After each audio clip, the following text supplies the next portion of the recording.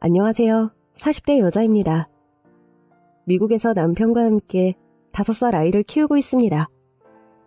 저는 아주 어렸을 때부터 외국에서 공부하고 싶다, 외국에서 살고 싶다는 꿈이 있었어요. 물론 저는 제가 한국 사람인 게 너무 자랑스럽고 애국심도 충만한 사람입니다. 어릴 때부터 영화 보는 걸 너무 좋아했는데 미국 영화를 많이 봤거든요. 그래서 그냥 막연한 동경이 생겼던 것 같아요. 너 또 영화 봐? 그거 봤던 거잖아. 그걸 또 봐? 재미있단 말이야. 아이고, 커서 뭐가 되려고 저러나. 뭐, 영화 감독이라도 될 거니?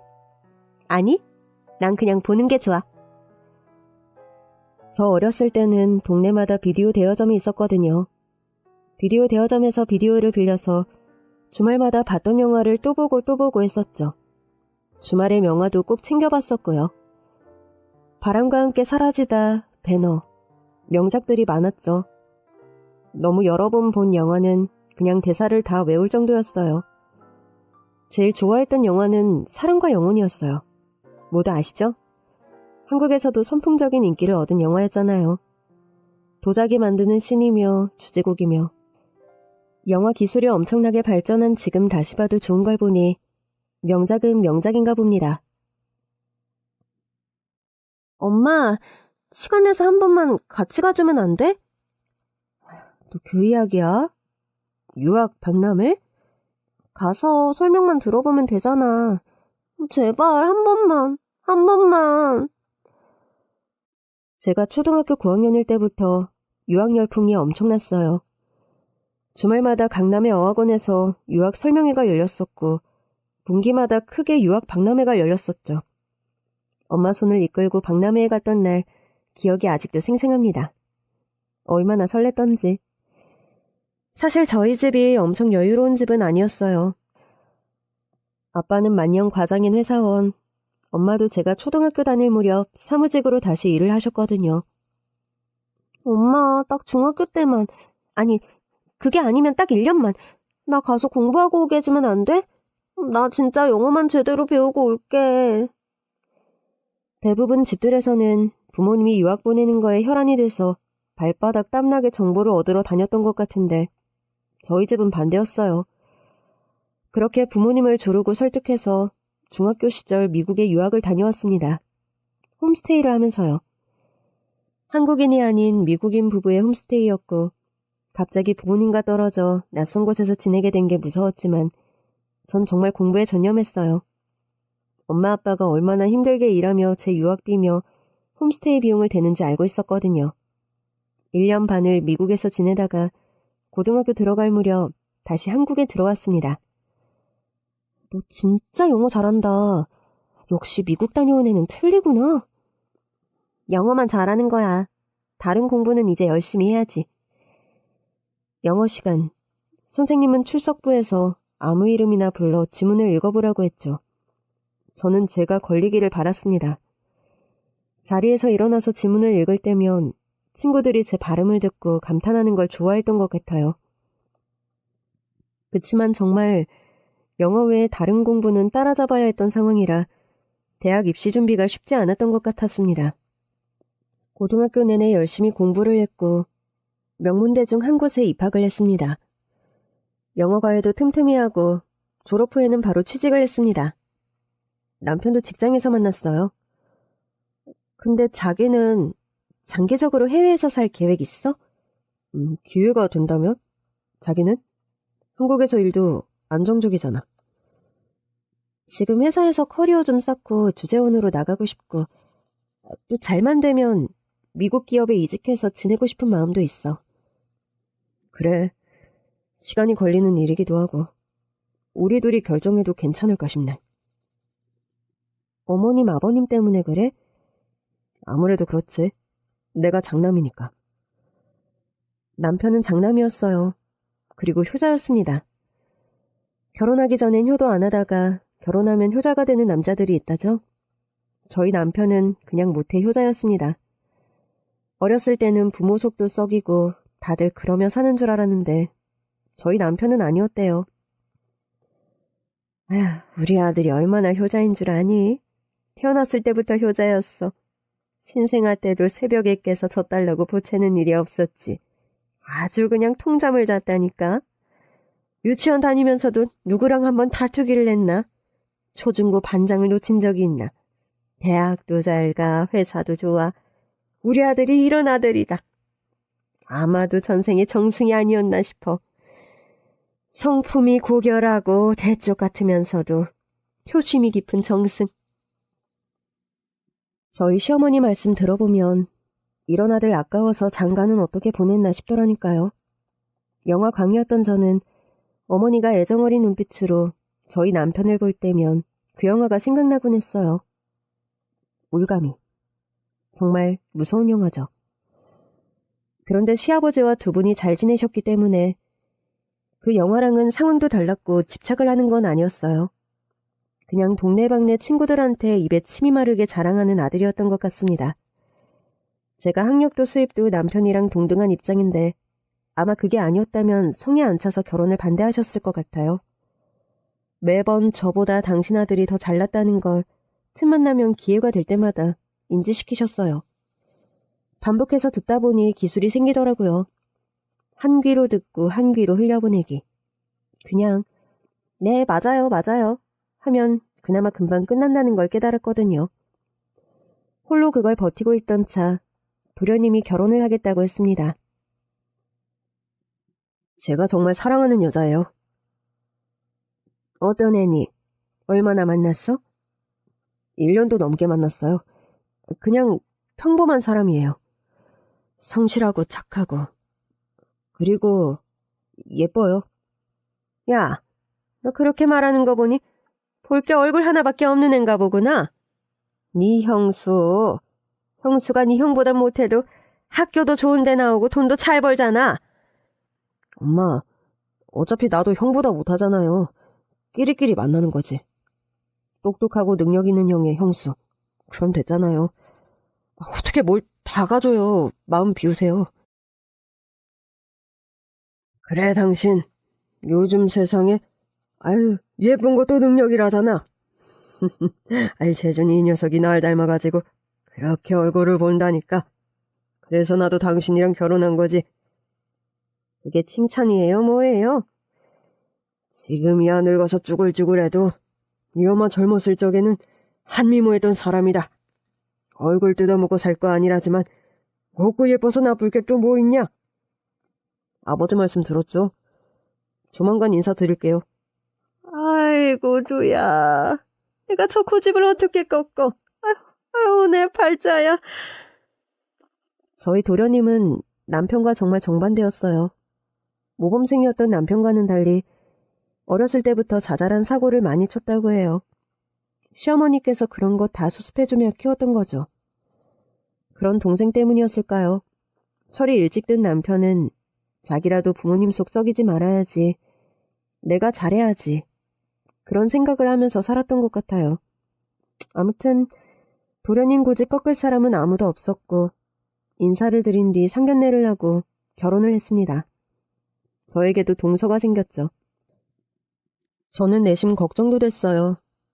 저를 그렇게 마음에 들어 하시지는 않지만 능력 있는 건 인정해 주셔서 시집살이 같은 게 덜하다고 생각했는데 동서는 처음부터 안 좋아하셨거든요.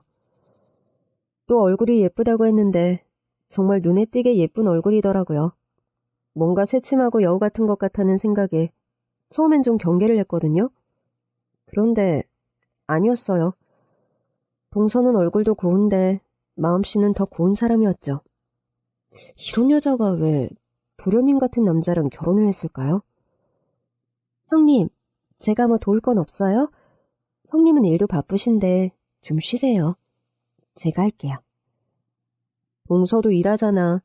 똑같이 일하는 사람인데 뭐. 형님에 비하면 저는 그냥 소일거리 하는 정도죠. 에이, 동서 뭘 그래. 직업에 귀천이 어디 있어? 책상에 앉아있으나 힘쓰는 일이나 땀 흘려서 돈 버는 건 똑같지. 형님은 영어를 엄청 잘하신다면서요? 저는 진짜 학교 다닐 때부터 영어가 너무 어려웠는데 나중에 기회 되면 좀 배울 수 있을까요? 어디 혹시 해외여행이라도 가면 간단한 대화 정도 할 수 있을 정도만요. 그럼 동서가 공부한다고 하면 얼마든지 가르쳐줄 수 있지. 말씀만이라도 감사해요. 그치만 우리 바쁘신 형님의 귀한 주말을 제가 뺏을 수는 없죠? 예, 아서라 아서. 네 나이에 무슨 영어 공부를 한다고 그러니? 큰애야, 네가 이해해라. 둘째 쟤는 쭉 시골에서만 자랐단다. 가만 보니 예쁘긴 한데 요상하게 촌티가 좀 나는 것 같기도 해. 근데 그건 어떻게 안 되나 보다. 그치? 사람이 그래서 참 태생이라는 게 중요하다니까. 너 외모 관리나 열심히 해라. 내 아들이 쥐뿔도 없는 너 얼굴 하나 보고 같이 산다는데 내 말 허투루 듣지 말고. 알겠니? 어머니, 저 시골에서 자랐어도. 시골에서 자랐는데 뭐, 혼수도 겨우 채웠잖아. 예, 남자가 집 해오고 여자가 혼수하는 건 다 옛말이라더라. 요즘엔 안 그런다던데. 넌 그냥 쥐뿔 가진 게 없으니까 어쩔 수 없이 그렇게 한 거지. 어머님, 그건 상황에 따라 다른 거죠. 동서도 동서 나름대로 열심히 일해서 모은 돈 가지고 결혼한 거잖아요. 너 지금 얘 편 드는 거니? 아니 뭐 그래. 들고 온 거 없다 쳐도 앞으로는 어떻게 할 건데?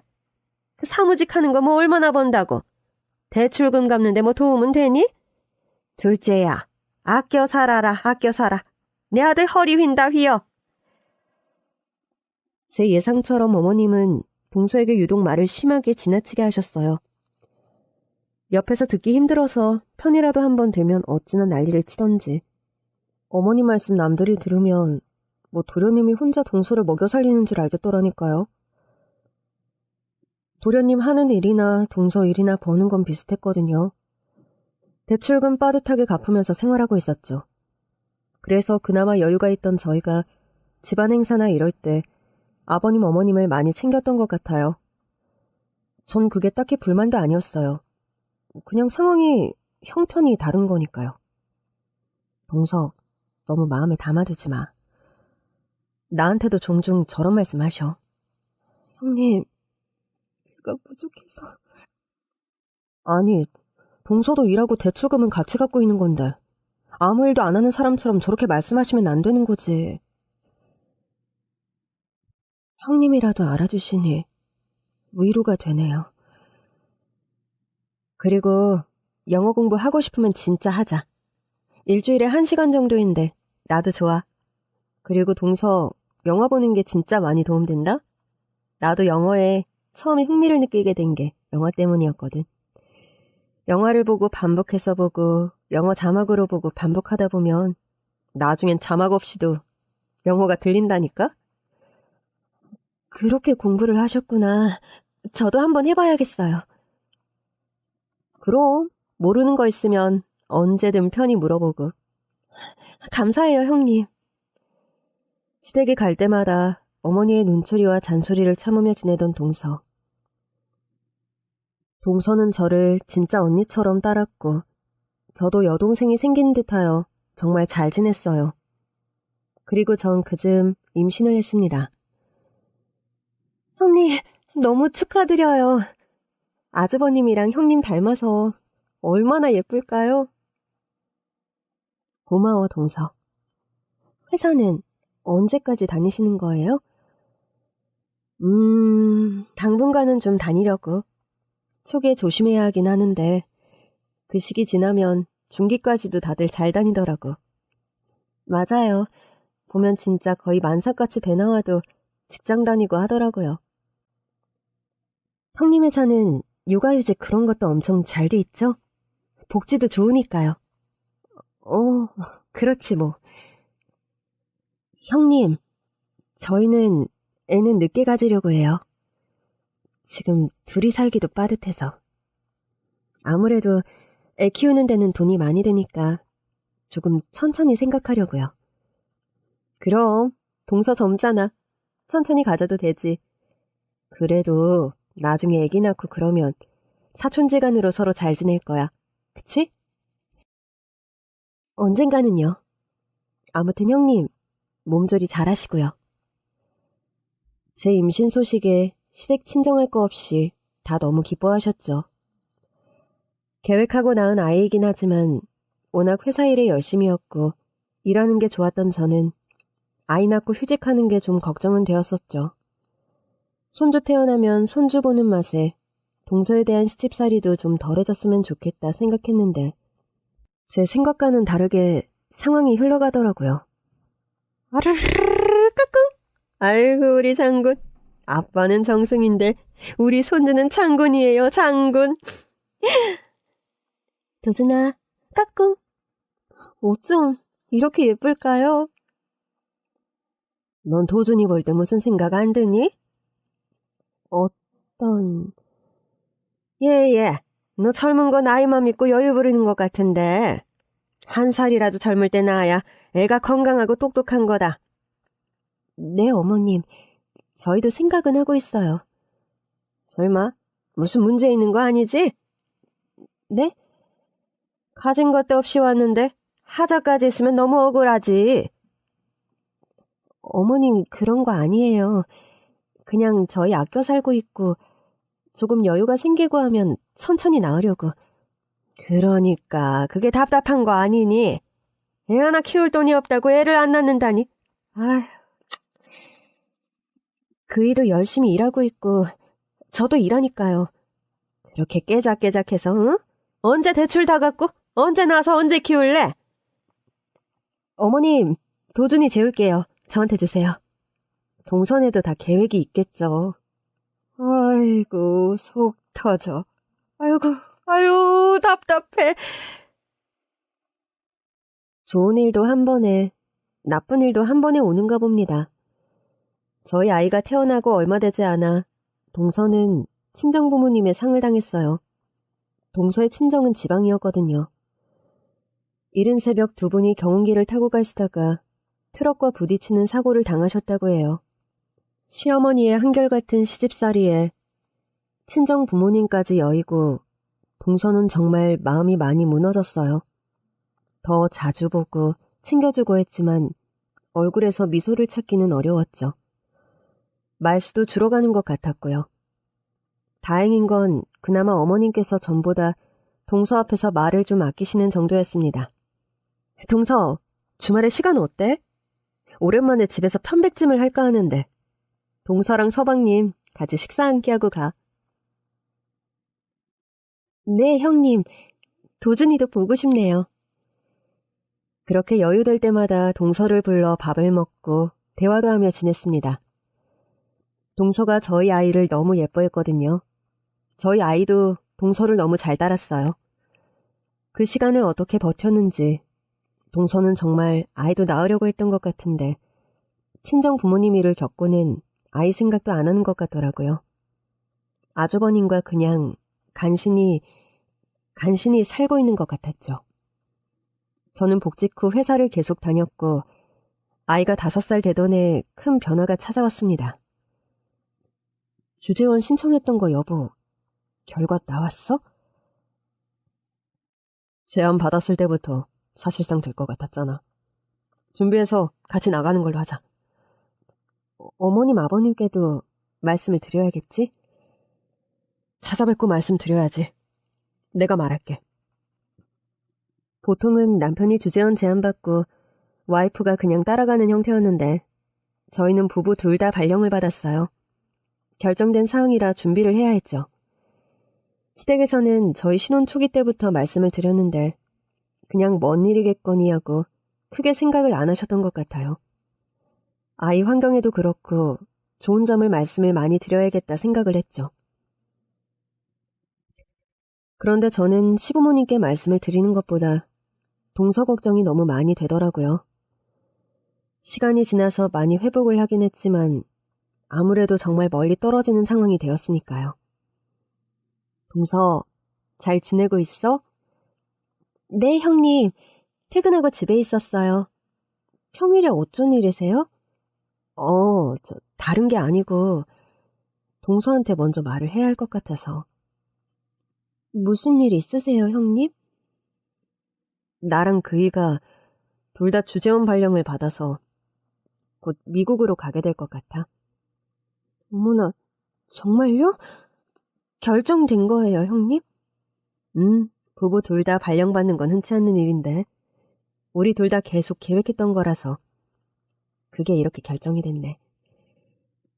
어머님께는 말씀드리셨어요? 주말에 뵙고 말씀드려야지.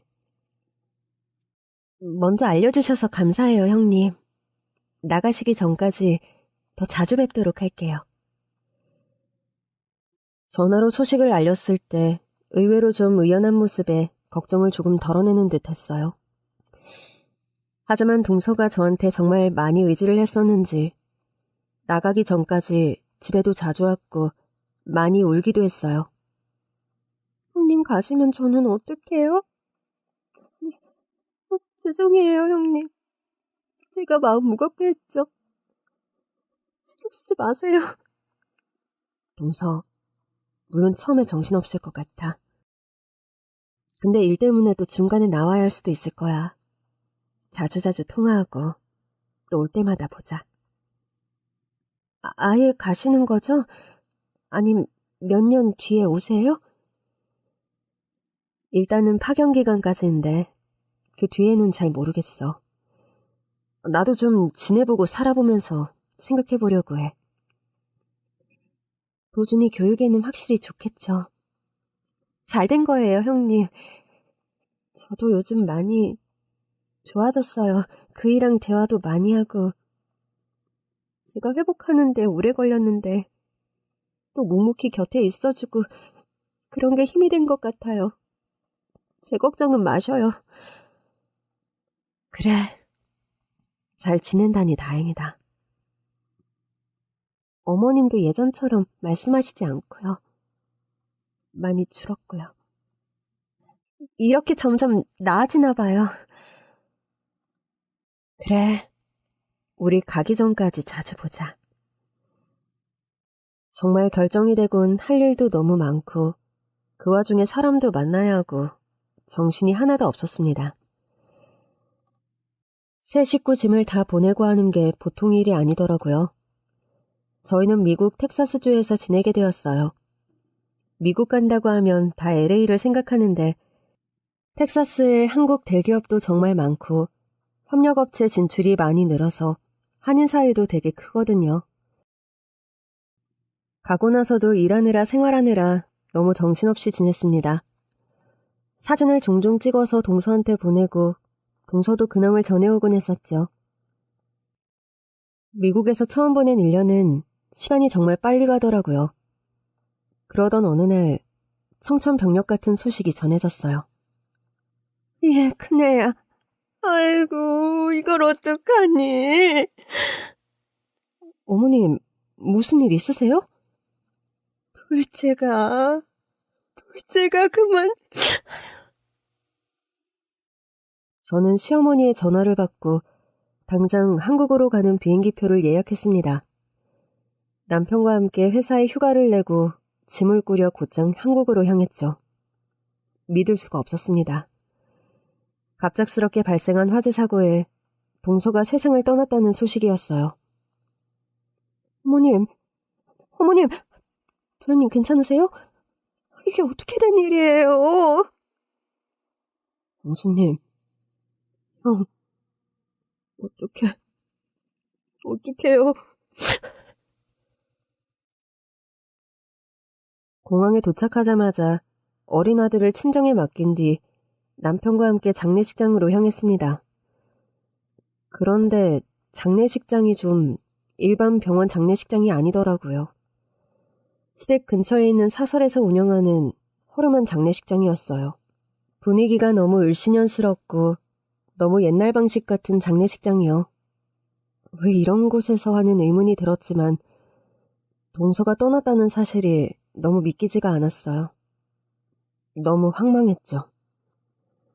황급하게 상복으로 갈아입고 조문객을 맞이했습니다. 동서의 친정 부모님도 먼저 떠나셨기에 가족도 없이 조문객은 많지 않았고 쓸쓸한 느낌이 들었어요. 어떻게 된 거예요? 제 탓이에요, 제 탓. 정말 이제 그 사람 마음도 괜찮아지고 잘 지내보려고 하던 차에 이런 일이 일어나다니. 어떻게 사고가 난 거야? 그 사람이 요즘 차를 자주 마시거든요. 마음의 안정도 된다고 했고요.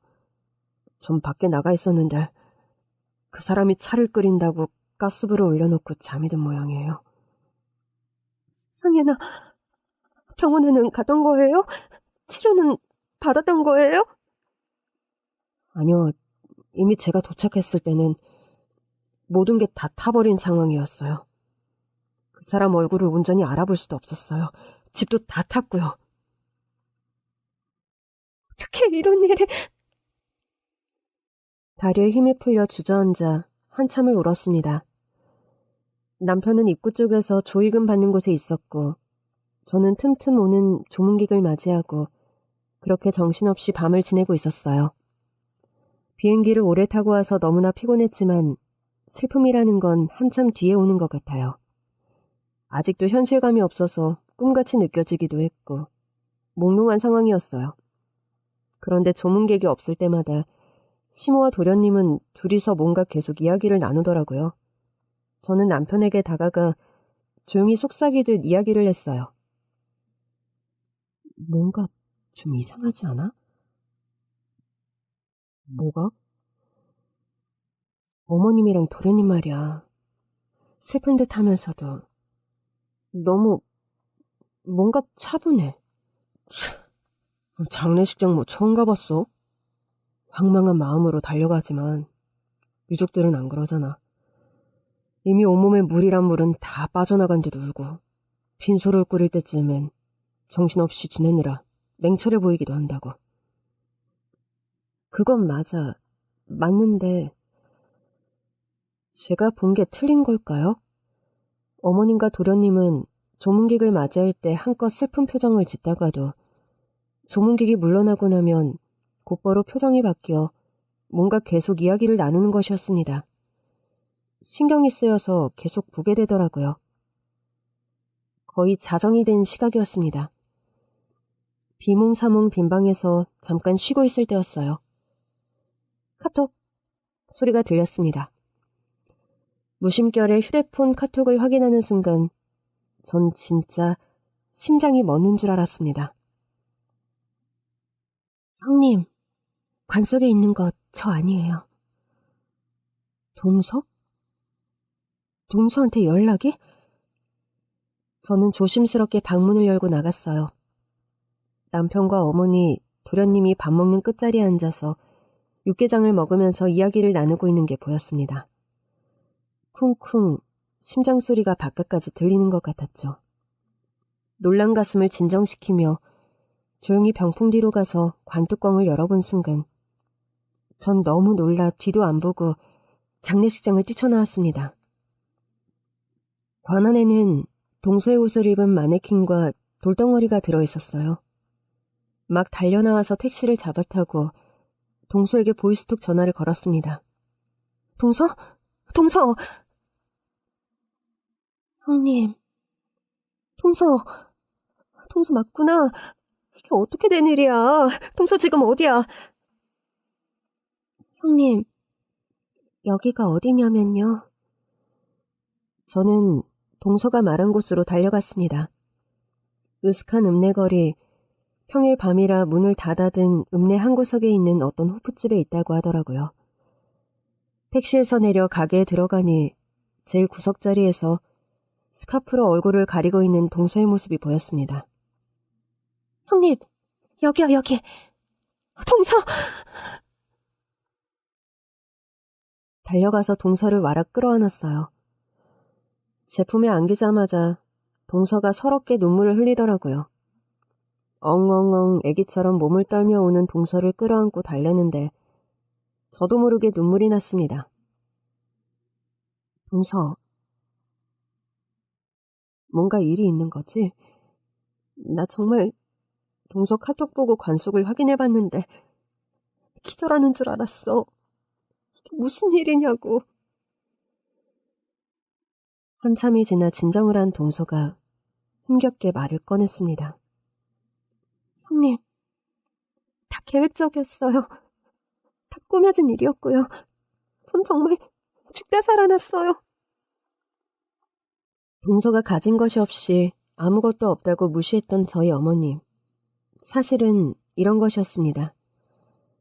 저 진짜 가진 거 하나 없이 시집 온 거 맞아요. 물론 제 나름대로 모은 돈으로 혼수 준비하고 했지만 어머님 눈에 차지 않았죠. 그런 걸 알고 있었기에 저 정말 조금이라도 보탬이 되려고 결혼하고 일을 쉰 적이 없었어요. 다른 변명도 아니고 애기를 그렇게 좋아하는데도 경제적인 것 때문에 애도 늦게 가진 거 맞아요. 그래, 동서가 진실을 말한다는 건 나 다 알아. 그런데 왜 이런 일을 꾸민 거야? 사실 아무한테도 말 안 했는데요, 형님. 몇 년 전에 저희 부모님 돌아가셨잖아요. 그치. 동서가 그 일 이후 엄청 힘들어했잖아. 네, 맞아요. 평생 시골에서 사시며 일하신 저희 부모님이었죠. 그런데 돌아가시기 전에 마치 미래 앞날에 일어날 일을 알기라도 한 것처럼 뭔가 정리를 하시는 것 같은 거예요. 그게 무슨 말이야? 돌아가시기 전에 저한테 땅을 물려주셨거든요. 땅? 네, 저도 몰랐어요. 부모님이 땅을 갖고 계신 줄은. 꽤 큰 평수의 땅이었죠. 근데 저 이거 아무한테도 말을 안 했어요. 그게 그 당시에 별로 값도 비싸지 않았고 뭐 그걸 받았다고 해서 갑자기 일을 그만두거나 할 생각은 아니었으니까요. 평생 저에게 뭐 해준 게 없다면서 저에게 물려주신 땅이었죠. 그랬구나. 근데 그게 화근이 되었어요. 엄마 아빠 돌아가시고 난 뒤 제가 너무 힘든 나날을 보냈잖아요. 그때 형님이 정말 큰 힘이 되어주셨고요. 그래서 제가 다시 살아봐야지 마음을 고쳐먹었어요. 정말이에요. 근데 그즈음 부모님이 물려주신 땅 근처 개발 확정이 되면서 땅값이 오른 거예요. 토지 보상금 문제로 저한테 연락이 왔던 거죠. 엄청 잘된 일이네. 보통이면 그렇죠. 그래서 그 보상금 문제로 몇 번 통화를 하고 이게 뭔가 제가 시세니 이런 걸 잘 알아야겠더라고요. 헐값에 그냥 팔 수는 없는 거라 이리저리 알아보고 저희 땅뿐 아니라 주변 땅 주인들이 어떻게 행동하는지 보상금이 적절한지 그런 걸 알아보고 있었는데 그걸 그이가 알게 된 거였어요. 도련님이? 네. 그때부터 아주 바쁘게 행동하면서 저보다 빠르게 움직이더라고요. 개발 확정이고 얼마나 오를 거고 저를 압박하기 시작했어요. 아니 그런 건 동서랑 차분하게 상의를 해야 하는 거지. 그렇게 단독적으로 나설 게 아니었잖아. 정말 저는 이제 생각도 못하게 땅값이 오르고 해서 미래를 생각했어요. 경제적 여유가 생기면 이제 지금 갖고 있는 대출부터 해결하고 차차 아이도 갖고 그런 미래를 꿈꿨는데 그 사람 생각은 달랐던 것 같아요. 토지 보상금 문제로 동서와 도련님의 갈등이 깊어졌고 도련님은 그 갈등이 계속되자 결국 다른 생각을 하게 된 것이었습니다. 그러니까 동서 명의의 땅이었기 때문에 동서가 없으면 그게 도련님의 차지가 되지 않을까 그런 생각을 했던 거죠. 사실 제가 우울감을 많이 느끼면서 약을 처방받아서 먹고 있었거든요. 불이 난 그날 저는 일을 가지 않았고 약을 먹고 잠이 들었나 봐요. 어느 순간 자다가 매캐한 연기에 숨이 막혀서 눈을 떴는데 집에 불이 번지고 있었어요. 어떻게든 살아야겠다는 생각에 간신히 빠져나왔죠.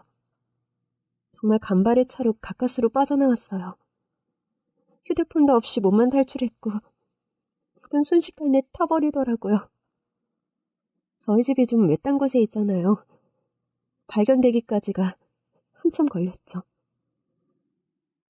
시모와 도련님은 당연히 불탄 집에 들렸다고 합니다. 하지만 동서는 시모와 도련님이 오기 전 타버린 집에서 무언가를 발견했다고 해요.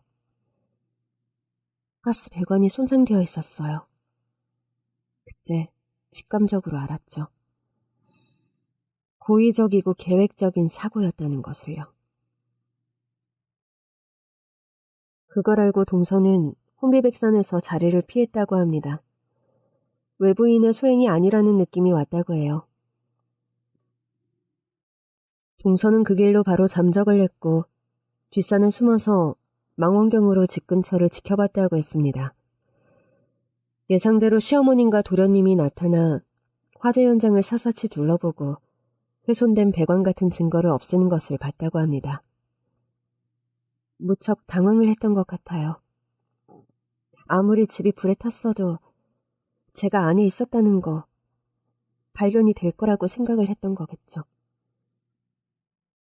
근데 그게 아니었잖아. 그걸 다 알았을 텐데 어떻게 장례식을...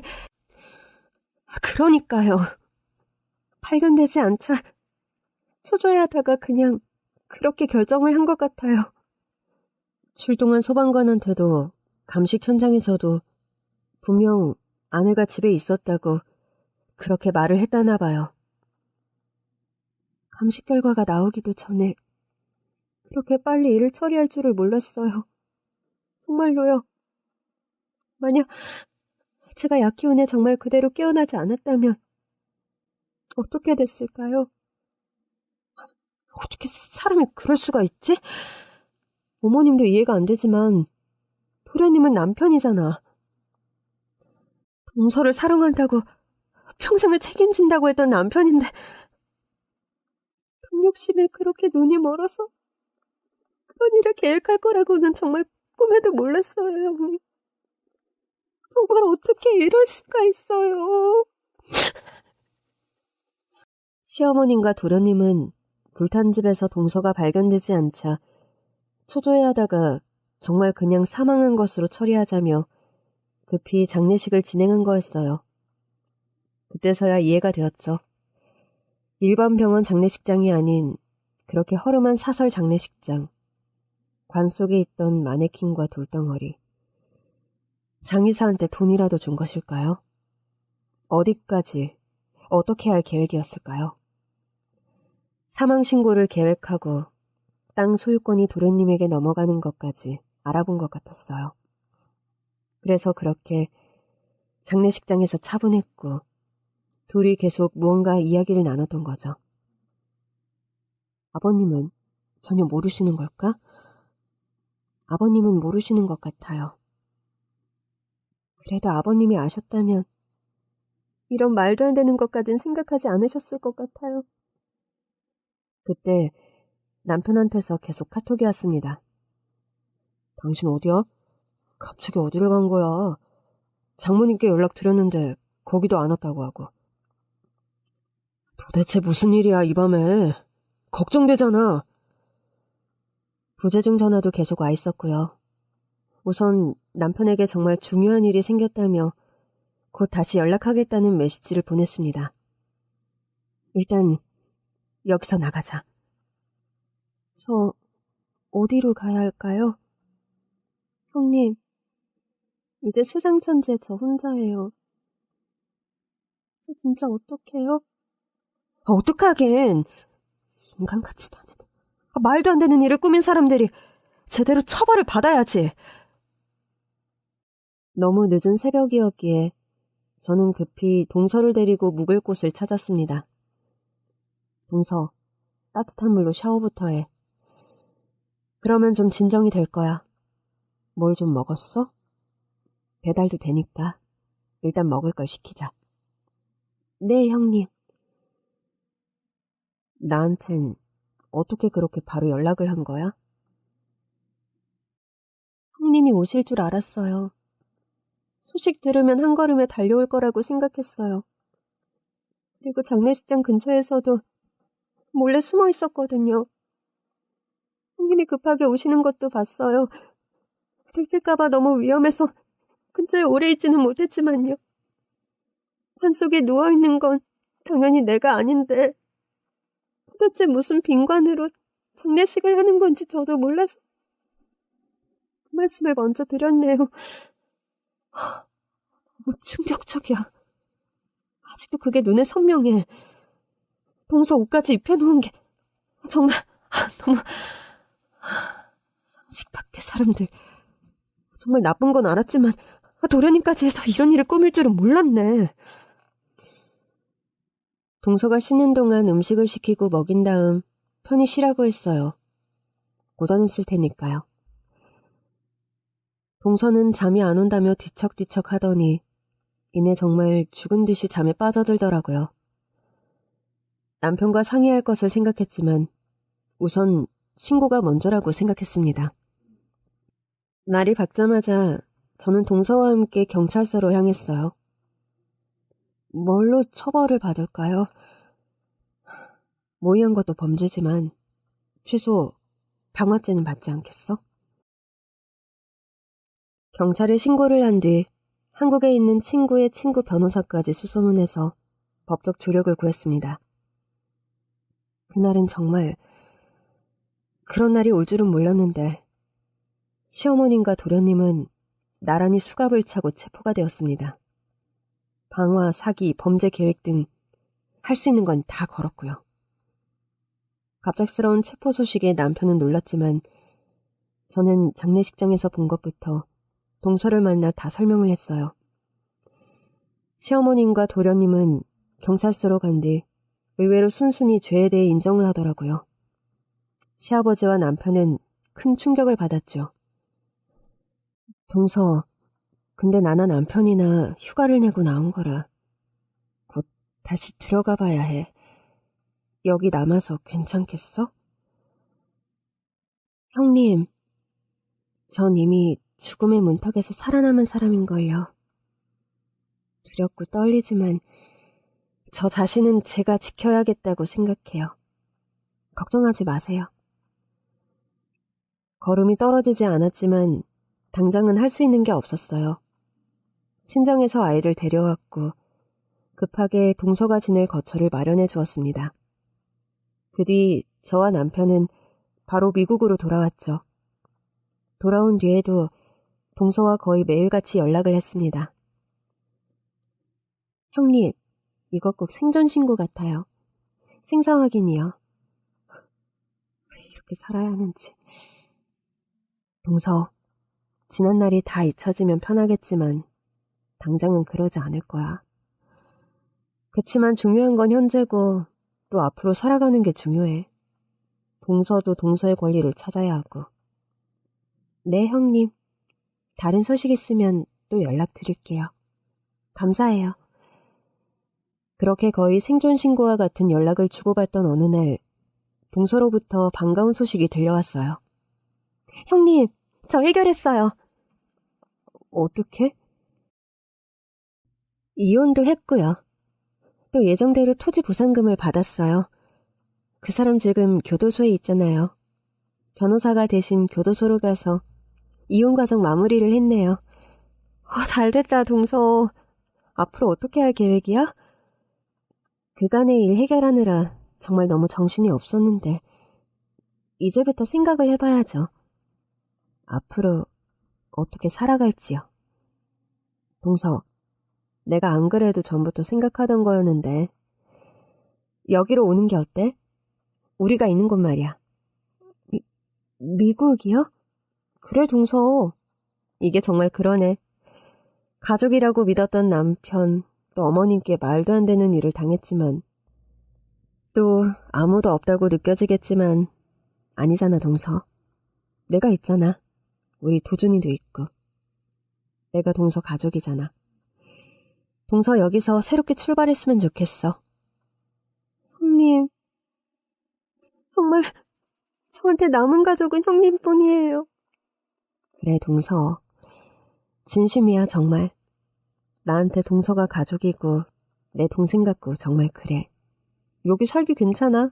한인 커뮤니티도 크고. 여기서 영어 배우고 아직 젊으니 얼마든지 새로운 일 하면서 살 수 있어. 나랑 그이도 주재원 이후 아예 여기서 터 잡는 것도 계획하고 있고. 그럴게요, 형님. 정말 세상 천지 나 혼자라고 생각했는데 아니었어요.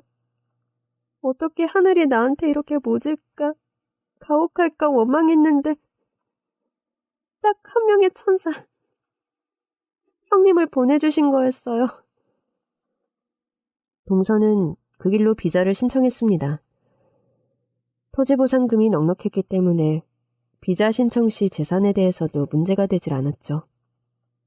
모든 걸 잃었기 때문에 꿀을 짐도 간소하다는 게 참 슬펐네요. 하지만 동서는 오히려 훌훌 떠날 수 있어서 후련하다고 했습니다. 형님! 동서! 여기야, 여기.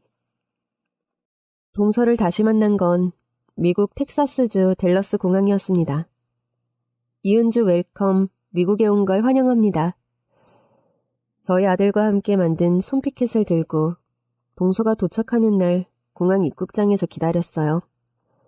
동서는 손피켓을 보고 한달음에 달려와 저를 끌어안았죠. 형님! 도준아! 승모! 반가운 마음에 덩실덩실 춤이라도 추고 싶은 마음이었죠. 아주버님은요? 오늘 회사 일이 바빠서 못 왔어. 저녁에 올 거야. 맛있는 음식 준비했어. 우선 집으로 가자. 그렇게 저희 집에서 남편과도 재회를 했습니다. 남편은 시어머니와 도련님이 교도소에 간 날부터 식구들과는 연을 끊겠다고 다짐했죠. 효자이고 어머님의 자랑이었던 저희 남편. 정말 끊을 때는 칼같이 끊고 냉정하게 돌아서는 면이 있거든요. 너무 실망이 컸던 것 같아요. 재수씨, 제가 미안합니다. 용서해달라는 말조차 미안하고 죄송해요. 제가 대신에 사과합니다. 사죄합니다. 아주버님. 며칠을 저희 집에서 머물렀는데 동서는 저희 집 근처에 혼자 살기 좋은 조용한 집을 알아보고 따로 나가겠다고 했어요. 아무래도 같이 사는 건 아닌 것 같다면서요. 그냥 차로 5분 10분 거리 가까운 곳에 살며 자주 보자고요. 동서가 가져온 돈으로 집을 구하는 것 또한 무리가 아니었죠. 동서, 내가 생각했는데 형님, 동서, 아주버님, 재수씨, 이게 다 시댁 호칭이잖아? 그러네요, 형님. 그러니까 말야. 물론 시댁 식구로 만나긴 했지만 그 호칭에 얽매이기 싫은데. 우리 그냥 언니 동생 하는 거 어때? 공항 오는 날 피켓에 동서 이름 쓸 때 기분이 괜히 설레더라. 은주야, 이렇게 이름을 부르니 얼마나 좋아. 그럴까요, 언니? 다시 불러봐, 은주야. 언니. 정말 너무 좋다. 우리 여기서 다 새롭게 시작하는 건데 그 시댁 호칭 따위 다 잊어버리자. 그렇게 시작하는 거야. 그래요. 그렇게 저희의 미국 생활이 시작되었어요. 저와 남편은 회사를 계속 다녔고 동서도 현지에서 변호사를 써서 우선 유학비자로 전환을 했습니다. 제가 먼저 제안을 했어요. 한인들이 많은 곳이긴 하지만 제대로 된 직업을 얻고 지내려면 영어를 먼저 해야 한다고요. 컬리지에서 영어를 공부할 수 있는 곳이 있었고 동서는 그곳에 다니며 영어를 공부했습니다. 유학 비자 기간이 짧은데 그 뒤로 합법적 신분으로 머물 방법을 고민해야 했어요. 2년이라는 시간, 뭔가 시간 제한이 있는 것처럼 초조했는데 유학 비자 기간이 거의 끝나갈 무렵 동서는 이곳에서 새로운 사람을 만났습니다. 언니, 좋은 사람이에요. 나도 아는 사람인걸? 영어도 유창하지만 한국말도 잘하는 사람이잖아. 동서는 지역 커뮤니티에서 교포 2세였던 한국 남자를 만나게 되었습니다. 어린 시절부터 미국에 살아 영어가 능숙했지만 집에서 한국어 교육을 열심히 한 덕분에 한국어로도 소통이 가능한 사람이었죠. 저도 사람을 나름 잘 보는데 이 사람 괜찮은 사람인 확신이 들었어요. 그리고 동서와 매우 잘 어울렸습니다. 미국 결혼식을 보신 적이 있으신가요? 동서의 결혼식은 파티 그 자체였습니다. 한국 결혼 문화와는 너무 달라요. 그냥 조용한 홀을 빌려서 목사님이 혼인선언을 했고 그 홀에서 음악을 틀고 춤을 추며 정말 말 그대로 파티였답니다.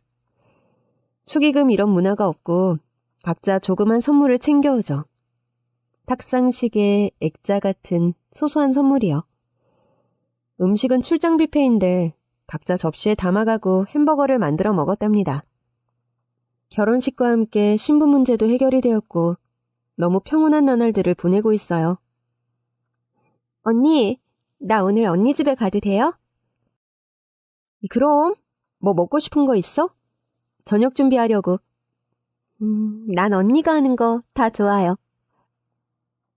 남편과 함께 저희 집에 손님으로 온 동서. 아니, 내 동생 은주. 그리고 조심스럽게 전할 소식이 있다고 하더라고요. 언니, 형부.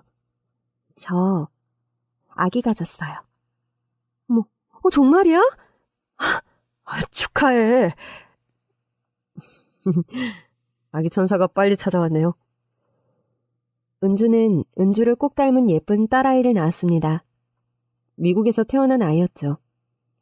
출산 준비도 돕고 아기용품을 함께 고르고 맛있는 거 챙겨 먹이고 하는 동안 10달이 금방 지나갔거든요. 동생 은주는 남편과 함께 저희 집 근처에 살며 아기를 키우며 행복한 나날들을 보내고 있었어요. 아이가 좀 더 자라면 일도 하고 싶다고 하고요. 정말 시리도록 혹독한 겨울 같은 계절. 시련을 견디고 버텨내어 우리 가족에게 그리고 동서에서 동생이 된 소중한 동생에게 이제 봄볕처럼 따스한 햇살이 비추고 있습니다. 역경을 견뎌내고 살아온 우리 동생. 이제 행복하게 살아도 되겠죠? 우리 가족의 이야기를 들어주셔서 감사합니다. 청취자 여러분들의 따스한 봄볕 같은 사랑이 비춰지기를 간절히 바라겠습니다.